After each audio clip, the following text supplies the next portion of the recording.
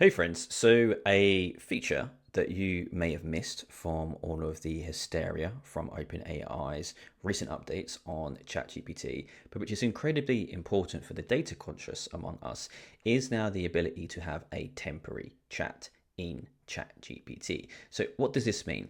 So on the right hand side of your screen here, you can see this temporary chat image. Now I'll show you how to access this in a minute. The really annoying thing is that once you do access it, this screen disappears. So you never see the explanation again. So this is why I got a screenshot.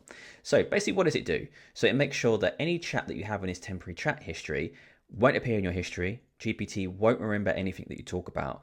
They do keep a copy of it for 30 days because that's just standard for most companies, but then it's deleted after that.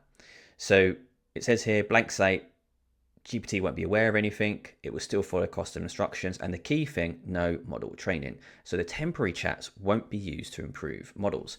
Because right now you can only do this if you have a Teams or Enterprise membership for not having any model training. But now this is available to everyone if you use temporary chat. And obviously if you are data conscious, security conscious, this is a great thing for you to have in that. So look, how do we access this? Really simply. So over on ChatGPT, you should have now as a free user or a paid user, you'll have the ability to go to this drop down here, and then you can just turn on and off this slider. So in normal ChatGPT 4, then I can just hit this slider, go to temporary chat, and then I'm in temporary chat mode. So again, gives me the disclaimer to say it won't appear anywhere, and I won't see that in my history, and I won't be able to access it again, which is cool. So I'm able to upload files, I'm able to have conversations, and it's just another good feature for those of us who are security conscious to use. However, this is not to say just go chucking in your company's data into this, because I don't work for OpenAI.